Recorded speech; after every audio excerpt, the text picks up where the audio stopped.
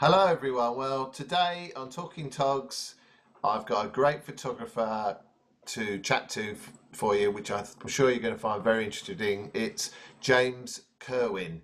Now, James, I'll get James to introduce himself to us. But yeah, I've followed James' work for quite a while.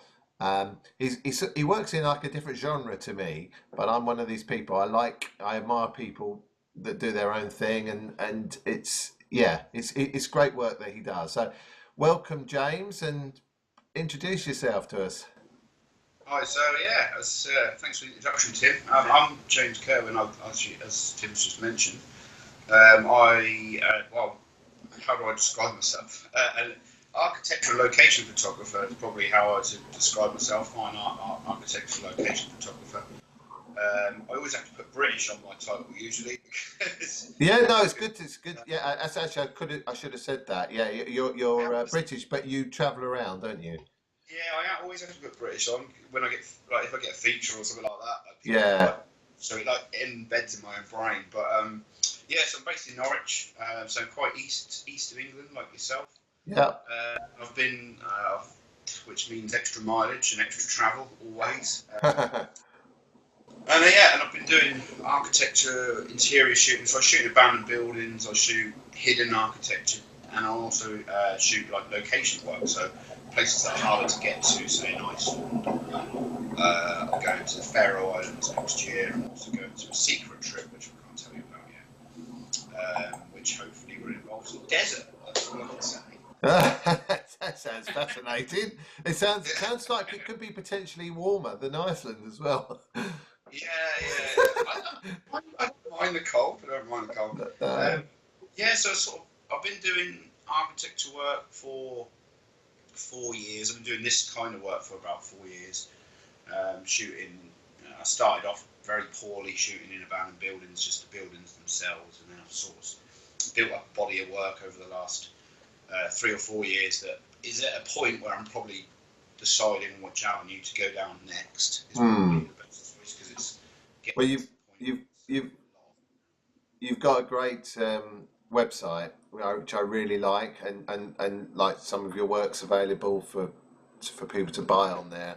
And I'm going to put your web address in the show notes for people that yeah, so they can check it out because it's really your work is very strong, and it's the nature of it. It's very well executed, well edited, etc., etc. And it's sort of it. You've got a good website. It's very clean, and it kind of shows the images really well. So yeah, no, yeah. that's a. I mean, it must take you on a few. The nature of your work must take you on a few different adventures. Uh, Yeah. Well, just to touch on my website, yeah, that is just trial and error over a long period of time. So if anyone out there is listening that is struggling with a website, so did I. I mean, I literally, my best advice on websites is to try and keep it clean, simple, and readable, and yes. avoid words, and avoid words like, and I'm not going to mention his name, but even somebody that me and you both know who's an amazing photographer is definitely not uh, this word at all. I swiped on this website recently to recommend him for somebody and saw the opening word was amateur. When you open the website, which again, words like that you should never just include, even if you are an amateur photographer. They're just Y- simple things. It makes things look clean and nice. If you say you're something, it perceives you as something. That's kind of Yeah, yeah, no, it's anyway. Just touching on no, something. no, it is it is an interesting point really because it's the whole thing about photography is you're an artist. We're artists as photographers, and quite naturally you want your work to be seen. That's perfectly natural, and if you've created something, you want it seen, put out in the world. We live in a modern world with websites, social media, and stuff like that. So if we get it right, it can be quite exciting and quite a thrill when you think, oh, somebody's looking at my image in Japan or Australia or whatever, and it's fun as well as can be commercially positive as well. But I think I kind of, especially the nature of what you do, I think clean aesthetics and let the images do the talking is what you seem to have settled on, and it really they do. So yeah, Yeah. It's good. Website kind of hard. You've got to try and get it clean. Yeah, and Especially colour work. I mean, black and white's probably a bit different. You can probably go for a darker website, maybe, but yeah. colour work, and I love colour. That's like one of my. I think I tried going away from it for a little while, like maybe about 2 years ago. Like I was going a little bit moodier, and I just didn't like it. It's not me. I like a bit of colour in there. See, this is a good chat in itself because again, and I'm probably the exact opposite. I'm just so into black and white, and I have to force myself to do color, and I do because doing fashion, I've got to do color. So I think but that isn't that nice though. There's no wrong or right answer to that. No, no, And that's kind of cool though, isn't it? yeah. The differences. It's fashionable at the minute to do, and it has been, and it's getting pretty boring now. I know it's probably a controversial thing to say, but the film look is just too much. Like it's going everywhere. Everyone's shooting weddings in it. You know, like with presets and doing like. Oh right, okay. You know what I mean? They're kind Yeah, well, that's in fact quite an interesting. That's quite an interesting discussion point. all over the web. And I suppose when I was looking at my own work, I thought, I don't mind if it's not going to be loved at all, ever. Right. But I want it to just be a little bit different to what is already there. And there is people that shoot similar work to me, and it can be sometimes seen as quite close. And there's been a couple of occasions where people have thought my work is close to somebody in Europe or something like that, but it's not intentional. Yeah. What I wanted to do is what goes around comes around, and it's kind of like colour. I always thought like colour will come back, and strong, vibrant colours will come back in fashion. So, and I read a piece like from Adobe only a couple of weeks ago that colour is creeping back in, and powerful, strong tones are creeping back in design work, both so for example in like graphics and stuff like that. So usually photography follows the graphics world quite closely. So I'm hoping that I was ahead of the game. No, but again, you've picked up on a point there, which I think applies across different types of photography: fashion, portrait, landscape, interior. But that's this idea that do we have to always? Oh, somebody's brought out some preset that makes everything blah blah blah. Oh, right, we all have to make all our pictures blah blah blah. No, why do we? I can totally relate to someone who says, actually, love me or hate me, I'm just going to do my thing. I don't want to just be the 1,000th person doing blah blah blah. And so I totally relate to what you said, even though we're in a totally different field of photography. I think even if you're shooting black and white like yourself, you don't. There's different tones within the black and the white. Yeah, exactly. There is. And loads of different tones within it, and you could copy a very noir style, or you could go a very light and airy kind of black and white, like wedding kind of style. Yeah. And either one that you choose could have a preset attached to those. And if you constantly add in that preset because so and so's doing it, just how's that going to separate you? That doesn't. And even editing aside, how you frame a shot as well. I mean, that's a big. Your eyes and my eyes are different, so we've got a unique aspect to the way we view the world, and it's bringing that out of the equation as well. What to highlight and what not to. Instagram at the minute. If you click on Instagram and you go onto like the Explore part of the app, you will see hundreds and thousands of exactly the same photo of landscapes, which is moody landscapes. Instagram look like filters. They're not. They're edited in Lightroom, but just got the tones pulled very dark and very moody. Everyone's shooting the same. It's really successful at the minute for like thousands of people. It is successful for a lot of people, mainly YouTubers that have crossed into Instagram and stuff like this. But again, it's gonna fade away. It's just one of those new fads that's come in. Yeah. Gone the opposite, because it was like very low contrast images. Now it's very going the other way, and it's kind of like heading towards like moody. Right. You go onto like a landscape set of shots and everything's moody. Whereas I'm thinking, well, I could just keep shooting. I just want things to look like how I want to look them. Yeah. And bright. And appealing, and they don't always work. There is times where I edit a photo and 10 minutes later I've whipped it down on social media because I just hate it straight away. Well, that's interesting. We all have highs and lows, I suppose, and especially about our own work. It's because it's got a thing in it as well. It's got a thing where that you probably have the same thing. My only judge of my work is when I put it online. Yeah. And what feedback I get off of it. Yeah. How else can you judge work? I know that's an interesting thing, and also obviously, like you just said about yourself, like you put something up there and you think, oh yes, okay, and then you kind of look at it again yourself, you think, I'm not happy with that, because in a one sense, I think this is an interesting balance to strike for all of us who are photographers, is the self-critique. Of course, you've got to critique your own work to get it to a level that you think, even if you're never completely satisfied, to a point where you think, yeah, that's okay, but if you tip yourself too far on that one way or the other, it can be bad. So if you over, you think, oh no, everything I'm doing is awful, and you can be too down on yourself. Do you know what I mean? Sometimes, or you can sort of think, oh yeah, everything I do is wonderful, and it's straight. But it's straight. It's moments of absolute depression. I think. Right, I've had enough. I'm selling everything. Yeah, exactly. But it's striking a balance, isn't it? I think we should now, if this works and I haven't messed up, I should be able to, got a frog in the throat here. Excuse me. Have a look at some of your work. Yeah, so you were saying about adventures, each one. Yeah. Each one is there's a bit of an adventure to it and a bit of a story. So that's all. It's hard to get across sometimes. I think that's the thing. Oh, I've lost you there. Oh no, we've got photos. Have you got? Are we good? Are we all? Yeah. We're good. We're good. So what you're displaying now? That's okay. Yeah. What country is it in? Let's start with something basic.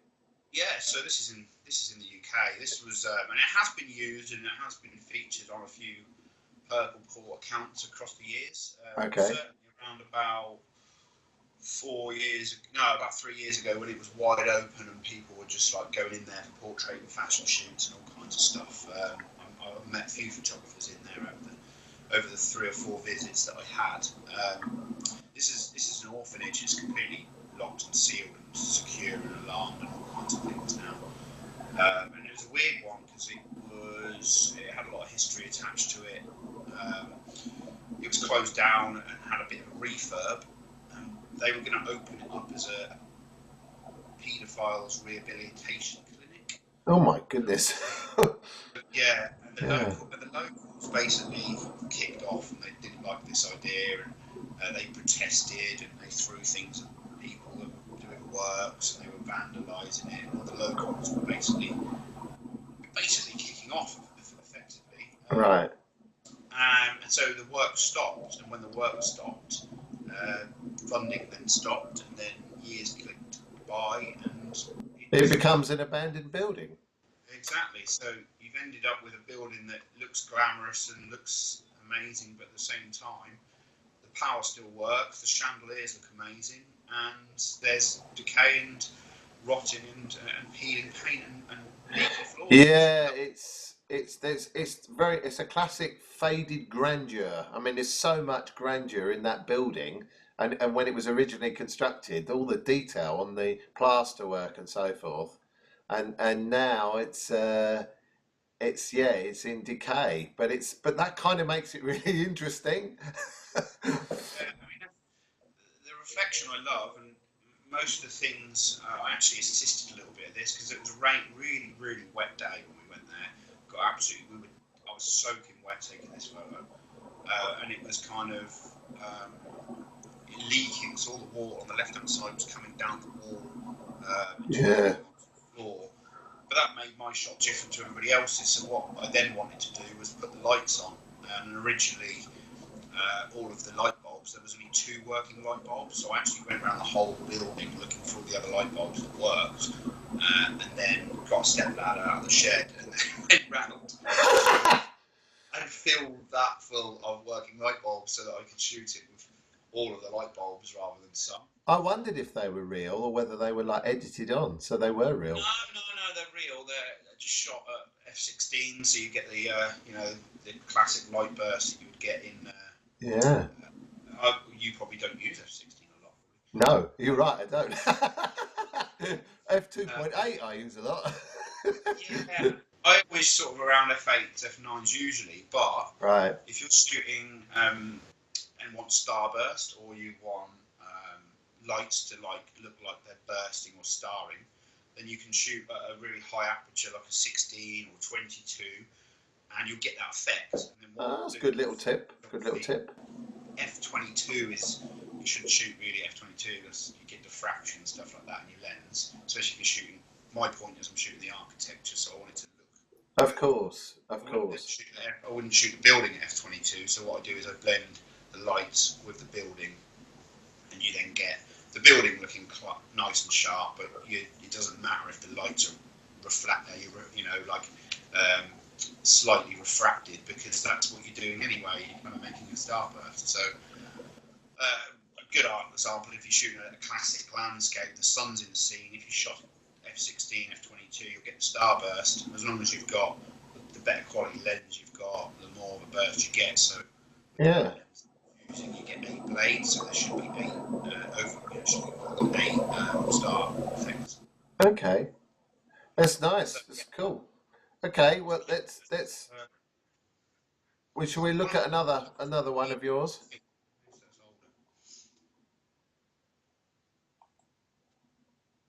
You should be seeing a new picture. Are you seeing a new picture? Yeah, I do. Yeah, this was shot this year. This was. So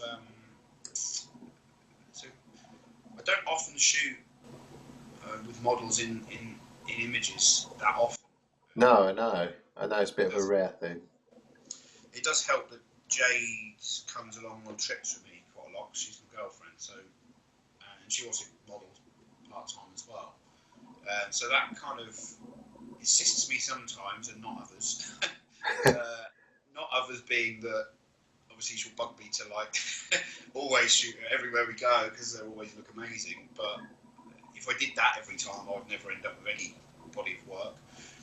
But this particular occasion, we turned up at night time. What country are we in? This is France. France, okay. France. Okay. This year, this was actually in August, so it was really recent this week. We turned up in the night time, went in, scouted it out. I don't ever claim to be the first in these buildings. Not by any stretch of the imagination. I'd probably say I look around and see something, think that looks cool, and go there. Or I'm doing the research, then work out where it is, and then go there. On this occasion, I knew somebody that had been quite soon after it was discovered. It got put in the Daily Mail, which was really annoying. And although the location was handed out, it was pretty much, you could work it out by just basic Google it. So I went quite quickly because I knew that it was going to get trashed. These sort of locations with the stuff in, they get looted and vandalised. So there's a whole sort of how can I put it? I don't know what the correct term would be. There's a whole sort of group of people that are into this kind of shooting the distressed buildings vibe, and presumably some are better behaved than others in terms of leaving, what they say, just leave a footprint, or just go somewhere, capture what it is, but don't wreck it, kind of thing. It's any walk of life, isn't it? You get people who respect stuff, and you get people who don't respect stuff. Yeah. It's the same in this. They all claim they all only take photos, but then I've seen images across the internet where they've rearranged half the living room to make it something that they want it to look like. Right. Or they've picked up half the wardrobe out of the cupboard and all worn it for group shots or something. So that there's an element of You have to be quite quick now, and the more popular that the genre gets, and it is huge now. I mean, it's bordering on crazy now. Is it what is it? Is it? I mean, correct me because as I say, I'm not an expert in this area. But is it called urbex? Is that what it's called? Yeah, urbex, urban exploration, Right. or exploring, that kind of thing.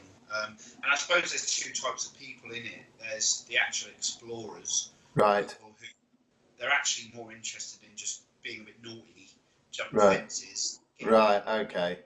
maybe breaking in and getting in, but seeing the building and then saying they were first in, and this is me and this is my explorer, and they'll document their explore. Oh, okay.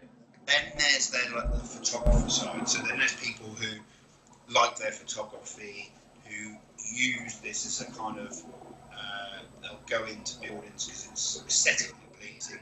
Yes. Take photos, and them photos will always be better than the person. Well, not better, but Yeah, I know what you're saying. They're trying to. They should be better because they're usually using better gear. Yeah. Usually using better knowledge of photography rather Of course. So, I mean, each person has its use, but the explorer don't necessarily see that. I don't think that across the world, I don't think explorers technically get on with photographers that well. I think there is exceptions to the rule, but yeah, I mean, there is a crossover there. Yeah. The thing is, photographers always want their work to be seen, and with that comes press, and with press comes features on magazines, and with that it leads to the hobby becoming more popular, and if the hobby's more popular, then more get into it, and if more get into it, the places get traction. That's their theory. Yeah. But I don't know. End of the day, landscapes are popular. Loads of people go there and take different photos. True. Some people climb mountains, some people don't. Yeah. It's kind of one of those things. Yeah, no, I understand. I suppose I look at it the other way. With more people doing it, more places get discovered.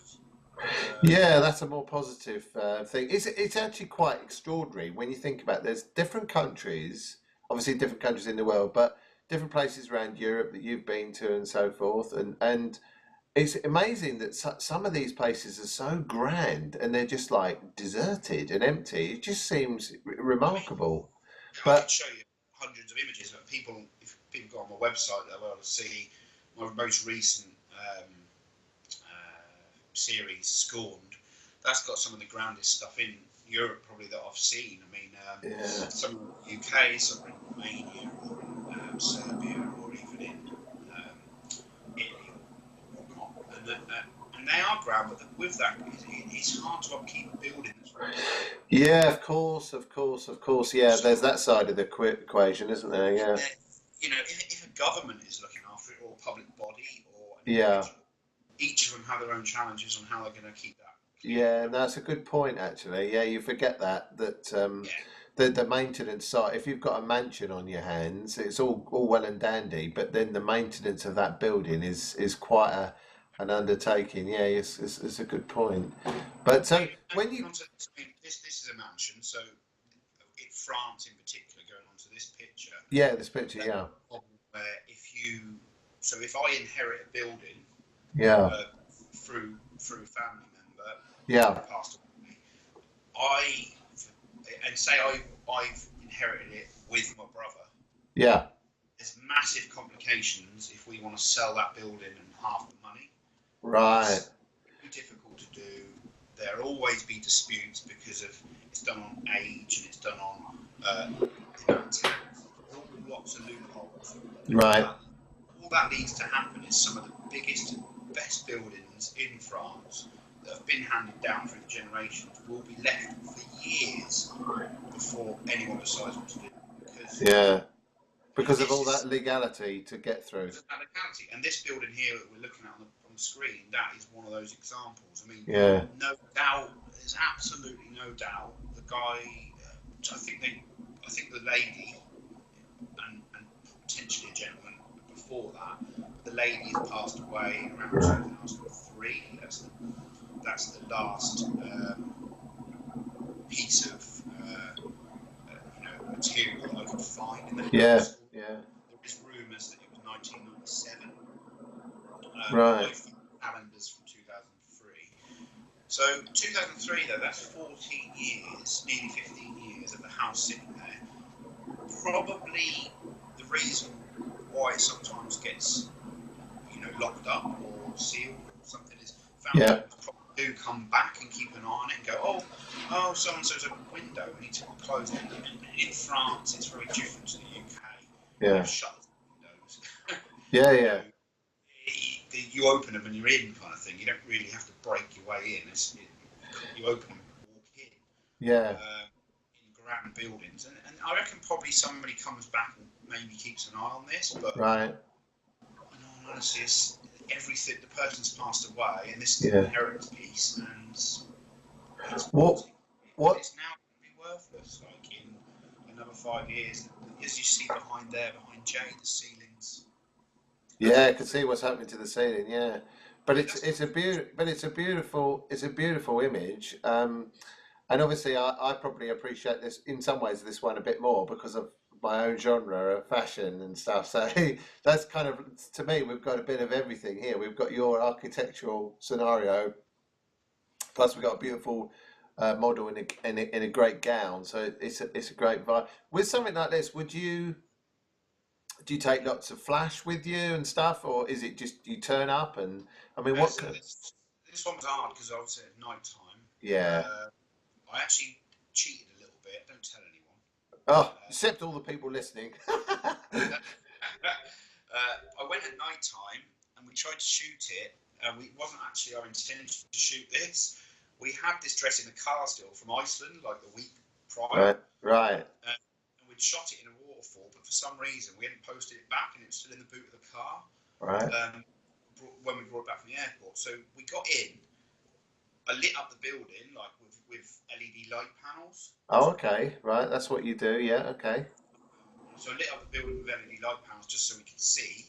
And then we were like, what should we do to pass the time? Okay, let's shoot. It'd be cool. When we saw the building for the first time, we thought, wow, that would look so good with that dress. It looks amazing. Yeah. Like the colours.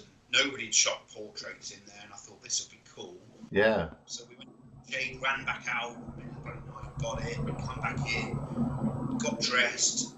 I set up. We were ready to shoot, and all of my batteries died. Every single one.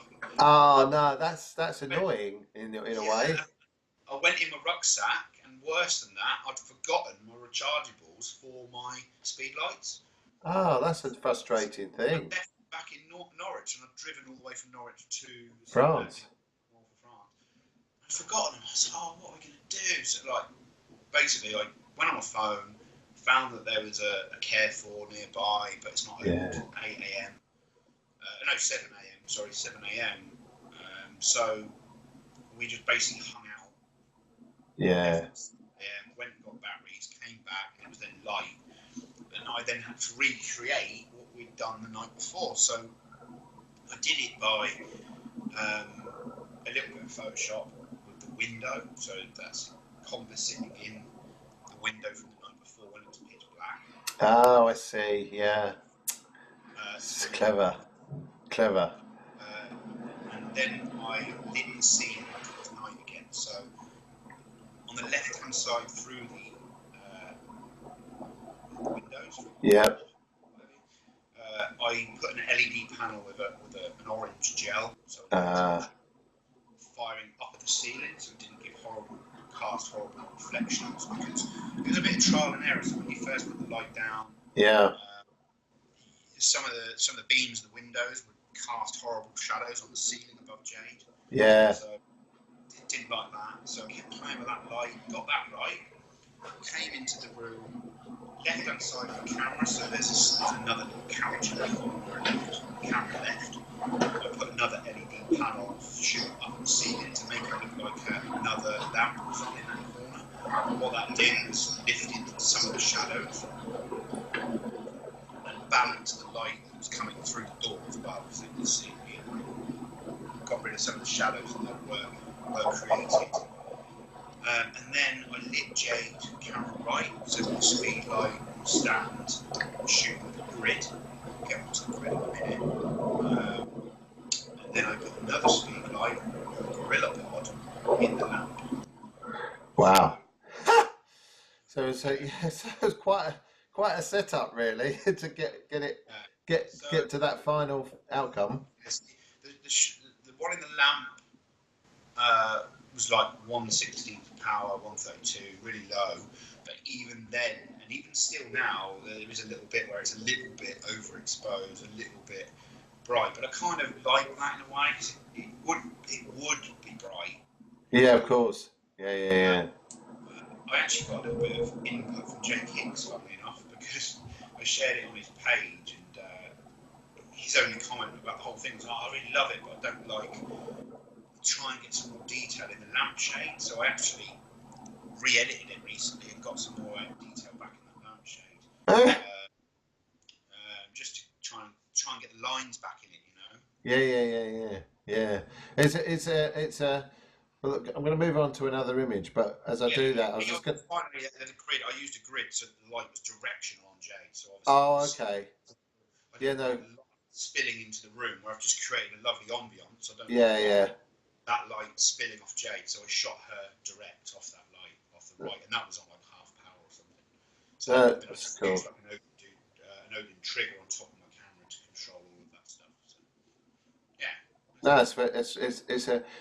I'm going to move it forward. No, don't normally carry that much gear. I was just going to say that before we just start chatting about this one, it seems to me a combination of right. One, you find these amazing locations. Two, you get in there respectfully, not messing with the place. Three, you've got to light it if you've got the right gear with you when you're there. You light it in a certain way to get what you want. And then four, when you get back to base, so to speak, there's some editing to be done on the images to get them to the level that you're happy with. So yeah, it's quite each image is quite quite a lot of effort goes into each shot, is what I'm saying. Yeah, I mean, I'm never happy with what I do. That is the old chestnut. Right, let's go. Yeah, I mean, this one, going on to this one. Yeah, go on to this one. This I can talk about openly quite easily. This is a tube station, a brand new one in Hamburg. Yeah. It's in the south of the city, in the new quarter. I think it's called, from memory, no, I can't remember, but something. No.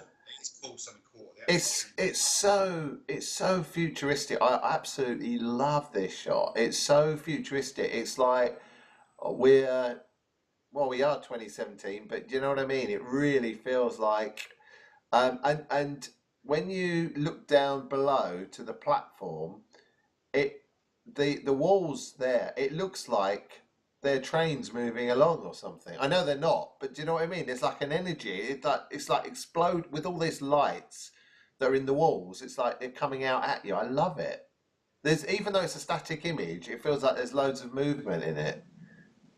Yeah, that's the thing. If you can try and get movement into your images, you're onto an absolute winner, aren't you? Yeah, exactly. Especially with something of this genre, for it to have that level of impact and dynamic quality, I absolutely, I think this is fair. Would you be for something like this? Would you use a tripod? Yeah, of course. Yeah, Yeah. I use a tripod. I mean, Because you're up at such a the Fs that you're working at, you're not gonna and everything. yeah, I mean, this is called. Going back to the name, this is it's called Übersee Quarter. So Oh, okay. it's a subway station. Yeah, south of Germany. I was just looking on my map. Yeah, going back. Yeah, I'm heavily linked with Benro. I'm sponsored by Benro tripods. Oh, that's cool. I've been working with them most of this year. Doesn't really affect me that much apart from it just gives me the opportunity to maybe do talks and stuff like that. Yeah, but it's good. It's good. These things open up opportunities for sharing information, meeting people, and so forth. Yes, yeah, and that's probably all I ever see it as. I don't see it as a tick on the CV. I know some people would, but the reason why is because I always had a good tripod anyway. I mean, I was shooting, I shoot with a Canon 5 DSR. Yeah. The only reason why I use that camera is because I was printing large at the time. Some of my images were getting purchased and bought in Europe. Yeah. And I always use tripods, and that meant that I used to have a Gitzo. I used to love the Gitzo as much as I like any tripod. It's 2017. A good tripod is a good tripod. Yeah. Benro kindly though came along and they gave me some really good opportunities to talk, and That's good. that meant sell gear, and if you can sell gear and replace gear, then that's always a bonus, isn't it? Yeah. It's good. So, it's good. We all know photography is a very, very expensive hobby. It's expensive whether you're however, whatever your thing is, Yeah, any genre. I mean, if anything, with architecture work, probably more so. I mean, because I dabble in all of different bits and pieces, I end up having lights and interior work. It's always quite difficult. So, yeah, something like this is on a tripod. I always shoot at f8. I do own a tilt shift lens, but this is shot on a 16 to 35 millimeter. I love that lens. It's the f4 version, the Canon L version. It's a cheaper one, but it's f4, but so sharp, especially with 5DSR. You're not getting the full effect of it there on this screen, but if I look at it in full resolution on Photoshop, it's absolutely incredible detail. The only difficulty I had with this shot was people on the platform. It is actually, because it's a brand new station and the area isn't quite developed yet, I was there for work, so I decided to venture out on my day off and go to here. And not a lot of people at the minute stopping there. They will be, and there will be a very busy station, but at the minute it's not. And there's a lot of people who know Germany. There's a lot of Munich, Berlin. There's tube stations that look very much like this. This is very what they're trying to achieve. Colourful, very futuristic looking. Oh, it is definitely ticking the box of futuristic. It's lovely symmetry in this image. And as I say, the way the lights, everything explodes out at you, and it ticks all the boxes. Yeah, and I've taken three or four different versions actually of this image, because you can zoom in and it looks different. You can zoom further out and it looks different again.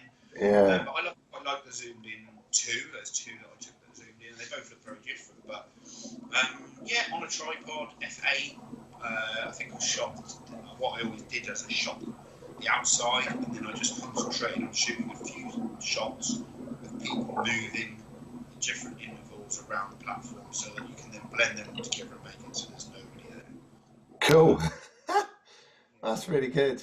Okay. Like stacking or whatever. No, it's good. It's a fab shot. Let's have a look at another one. Oh yeah. Now this is on very on your website at the moment. I think this. Am I right in thinking this is on the opening page? Yeah, You probably change it around, do you? But at the moment, I think this is, and I really love it. That cover photo has never stopped changing. Okay. Well, that's fair enough. That's fine. I never quite know what to put on an opening of a website. It always throws me a little bit. And especially if you've got white text. So a lot of my images, because they're bright, white text don't always work very well. Yeah, I understand.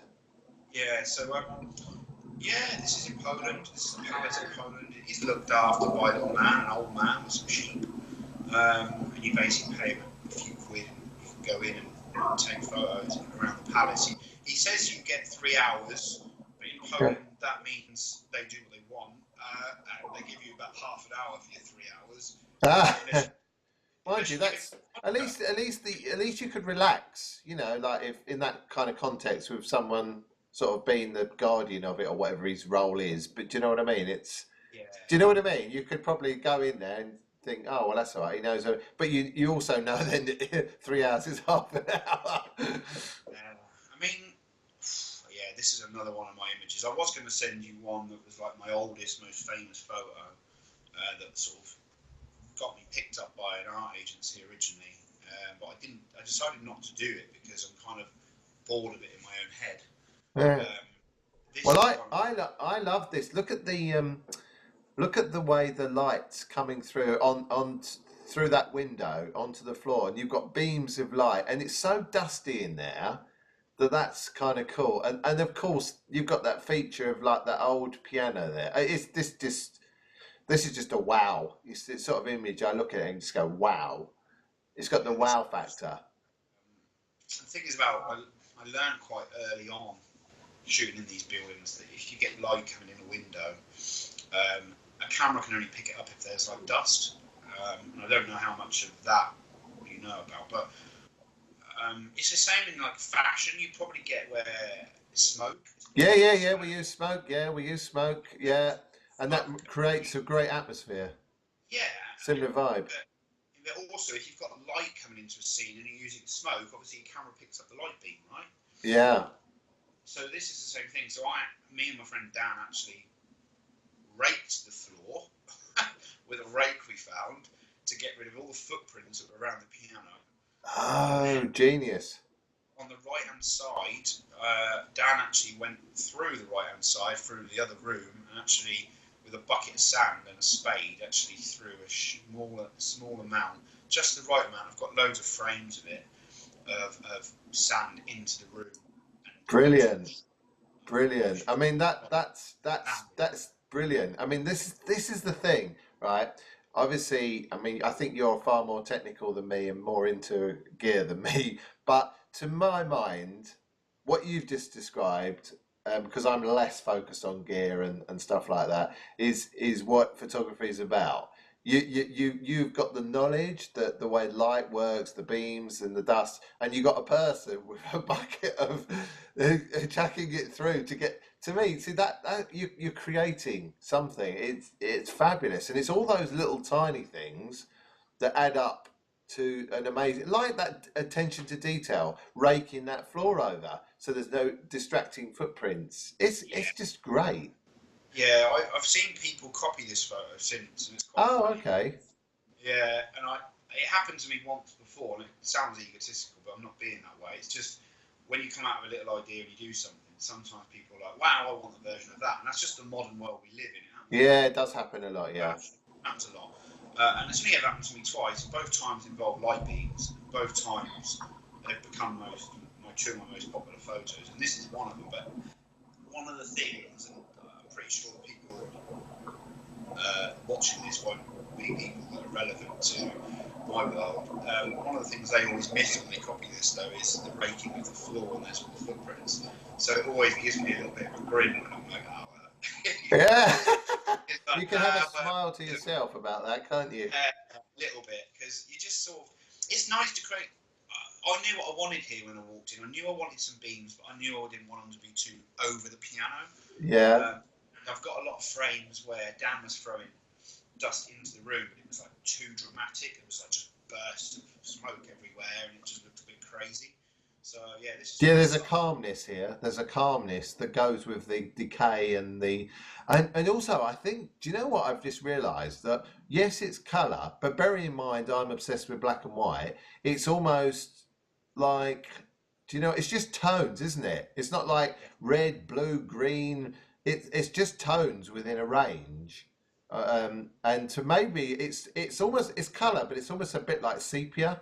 So I think maybe that's another reason it's really floating my boat. yeah. It's I mean, kind of it's something I'm playing with a bit more now. I actually want to. Everyone knows about, especially in fashion or your world, the colour wheel yeah, and yeah, colour complementary and stuff like this. sure, It's very hard in my buildings that I shoot in to replicate, and of course, it's conscious of. I know that I need to appeal to people's eyes, and the only way to do that is to match colours. So it's yeah, something I'm doing, and I'm playing on with my editing more now than I ever have. Trying to create blues into my shadows or reds into my scene, and just yeah. make it match. And that's quite hard. No, no, I'm sure it is. It is hard. It is hard, but you're achieving it. Right, let's have a look at another shot because time is whizzing on. Yeah, Um, yeah. Now I remember this shot well. Because I think I remember it in many ways. I think it's one of the. This is a look. This has been around for a while, hasn't it? yeah. I mean, I went here 2015. I went here to start off, so May 2015. It's not really. probably one of my stunning in terms of like. So I've been to some amazing buildings, and this isn't probably one of them. But you know, it's nice, it's overgrown, it has got a lot of history. This is actually called. I can't pronounce the spelling right. This is called. What country are we in to start with? In Italy, this is an island, the island of Proveglia. Okay. Which is actually, in Italy, is really famous because it's they think it's haunted. I don't, but they do. And there's a lot of history surrounding it. It used to be an asylum on an island, and basically you have to get locals won't actually stop their boats on the island, so you have to jump from the boat to the shoreline because they're worried that they'll be cursed if they actually pull their boat up. I know, and I think that sometimes when you've put like stuff on online and social media and stuff, and you sometimes give a little bit of background to stuff, and I remember you speaking of, you know, like writing about this, and it's kind of fascinating because in some ways, I mean, yes, we could look at, obviously every picture we're looking at here, we're looking at the aesthetics, and I think it's fascinating the way the greenery at the top. It's bizarre. It kind of like you can't get your head around it. It's like we've got a roof, but we haven't got a roof, and the roof is made of trees and stuff. So, but I think also this picture kind of symbolizes to me a lot of what you do, in the sense that you are in a place that's got history. I mean, to the point where this place, an island in Italy, where the locals think it's haunted. I mean, you know, haunted or not, there's history there. You know, if these walls could speak, type vibe, and I think that's kind of fascinating in this whole adventure of your photography style, sort of thing. It's the final stage of decay, if you like. If you let all the other grand buildings Yeah, grown for like 20, 30 years, this yeah, would happen eventually. The overgrown would happen, the roof would collapse, and you'd get this shot on more occasions. But yeah, I suppose the journey and the history is part of what I did for these 4 years. It's kind of, in my mind, is the bit that drives me to carry on, even if I'm going through a spell where I'm not necessarily earning money or anything like that. I love travel, and I love the adventure more. yeah, exactly. I probably love that more than the photography, and I like being out shooting, and that's my Yeah, passion more than anything. I mean, I love exactly. shooting that anyway. Exactly, and that comes over. To me, it comes over. It's like we're looking at your images and we're thinking, yeah, James has been off on an adventure to this place or that place, and he's captured this scene, and then there's a bit of curiosity, and I quite like it, as I say, when there's a little bit of detail, because you kind of think, oh, I wonder where that was, and so forth. So there's kind of two elements. You can look at Yeah, it as an image and think like that German underground, and I just look at it and think, wow, that's great. That should be on a wall in a very modern hotel, and it's or in a gallery or somewhere. And but also, if there's a bit of a backstory, which there always is for all of our images as photographers, there's always you can remember that you had a sausage roll that day or something, you know. yeah. You know, so there's always a little story or a big story Yeah, attached. one sausage roll. Yeah, Yeah. two. Or a cake in my place. I Hey, haven't mentioned cake. I should have mentioned cake in every Talking Togs, and I haven't yeah, this today. it's just kind of a development of. I mean, going back to the tube station very briefly, that's kind of how I see my work developing in the future. Sort of going to hidden spots rather Yeah, than hit spots more, and yeah, trying to just get out work that I like but can be related to in the fact that people can put it in hotel rooms or put it in yeah, or whatever, and it'll be a yeah, bit more commercially viable, I would say, is the word. yeah. Nice. It's good. It's good. I can't remember. Is that our last image? Or no? Hang on, we've got another one. Wow, it's another wow image. Yeah, this is in Romania. So This we're is in Romania. yeah, this is Western Romania. This is actually it's Wow. amazing. Probably couldn't speak that much about it. So the reason why sometimes I mention words and sometimes I don't is because it just depends on how on the radar Yeah, the no, place. don't say anything that you shouldn't say, but just Yeah, photographically, the fact Yeah, this is quite an extraordinary this will building. hopefully will get saved. There's a firm that are trying to raise the funds to repair this spa. There's a former spa in Western Romania, and it was absolutely stunning. The whole town is actually abandoned, and they're trying to save the whole town. Um, it's called Bale Herculane, if anyone wants to look it up. Yeah, the town is absolutely beautiful. Romania sort of took me by surprise. I didn't expect it to be kind of picturesque in the West, and it actually was. It was stunning. And I went just recently, this was only last month, I went in October, and the autumn, the full colours were just like insane, like everywhere. Beautiful colours everywhere, and this is a spa in the middle of Bale Herculane. Herculane? I think I've said that right.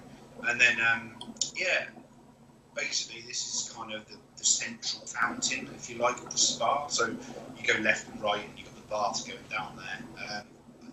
On the left-hand side, there was actually a white door, which is plastic, because it started getting renovations, and then as per usual, the funding stopped, and there was a terrible-looking white door on the left-hand side, so I've actually composited the right side across and mirrored it to make it a bit.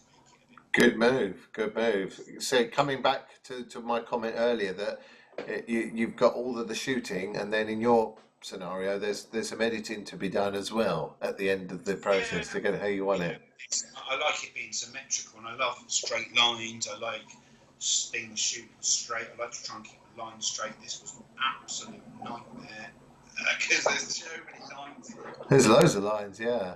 What about the lighting? What's the score with the lighting here, James? Lighting, this wasn't too bad because right behind my head there was Yeah, the door with a board missing, so the light right, piled in. right. Uh, while I was shooting, like, members of the public kept coming up behind me and asking how I got in there, and they were unaware that you literally just walk to the right of the building and there's a massive whole wall. It was, you just walk in. It's quite funny. I was like, oh yeah, I got permission, yeah, blah blah. Because the thing is yeah, people are your worst enemy. Because as much as people like looking at this work and seeing it, there's always somebody who like, oh, you should be in there, we'll do it, you know. Yeah, yeah, yeah. And that's the thing, and they haven't seen your final result, so they're not. So sometimes if one of the person behind me was a little bit, what are you doing? And I just sort of showed them the back of my camera, because it kind of makes them realise and appreciate that being kind to the building and being. Yeah, if anything, yeah, it's putting these places a little bit more on the map, isn't it, and stuff, and Yeah, sometimes it's preserving a piece of history and stuff yeah. like that. Yeah, it's like a sort of social documentary Yeah. style to it. Group that are looking after this, I've sort of said to them, like, you can have all my photos and you can do what you like with them, because it's my sort of thank you for letting me in there. That's cool. That's cool. That's cool. Yeah, in terms of lighting, it was quite easy. I always bracket the shots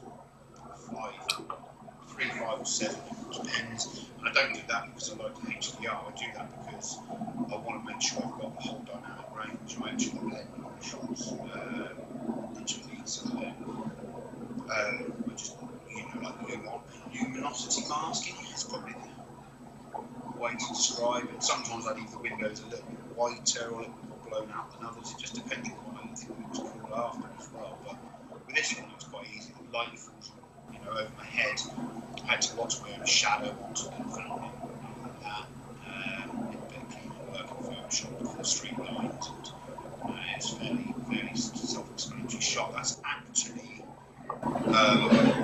well with images and tilt shift lens to get that one. Right. Cool. Stuff like that. So there's a lot of that one's got a lot in it, probably more than it needed.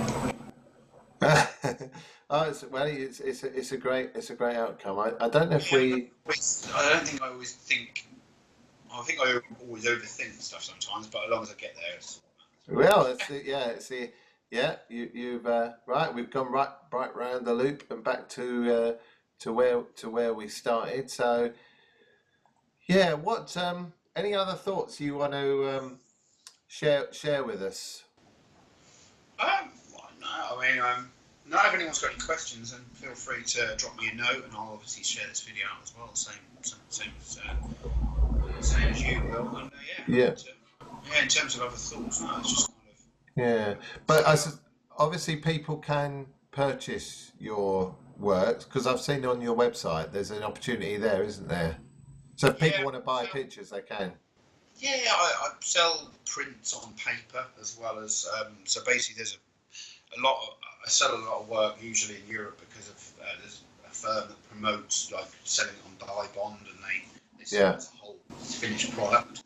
Yeah. I sell paper prints of my work in 3 sizes, and people can contact me to do so if they wish. It's nice to sell work. I love the print. The print's amazing. Printing is the best bit. Well, yeah, I guess you like to see the physical thing on the wall. It's always going to be a buzz in it for photographers, even though we're in 2017. There's still something about the tangible thing, isn't there? Yeah, I love it. I love the print. Being there is one thing, and then I see it and I print it, and I know I've got it. It's kind of like, if I could, every room in this house is going to be covered. But so, have you got any plans for the next year? Do you plan ahead, like with your adventures? Yeah, I have to now. Money side of it. Yeah. Well, of course, it costs money to go travelling and so forth. Yeah. Yeah. So what I try and do is I try and look for cheap as possible flights available to places. The thing is, I'm very limited to Europe because things keep popping up, and I'm like, I really like that. So I stay to Europe. Next year I've decided I really, it is coming to an end, kind of what I want to be doing this stuff. I don't feel like it'll go on forever, but I definitely want to go to either Japan or America. Ah, okay. So you've got a bit of a goal there, sort of, in terms of geographical goal to do something in one of them places. Yeah, it costs a lot more money, but I want to really get to one of those because they're both very, very different. America's very much more architecture driven. There's a lot of prisons, there's a lot of asylum and stuff like this. And exploring wise, that would probably be better. But in terms of photography and unseen, Japan's probably a lot better. And there's landscapes there, and there's a history that goes with that. So I don't know, toss of the coin, and I've got a decision to make there. That's probably my one big trip next year. And then I definitely want to go back to Romania next. Yeah, it's fair enough.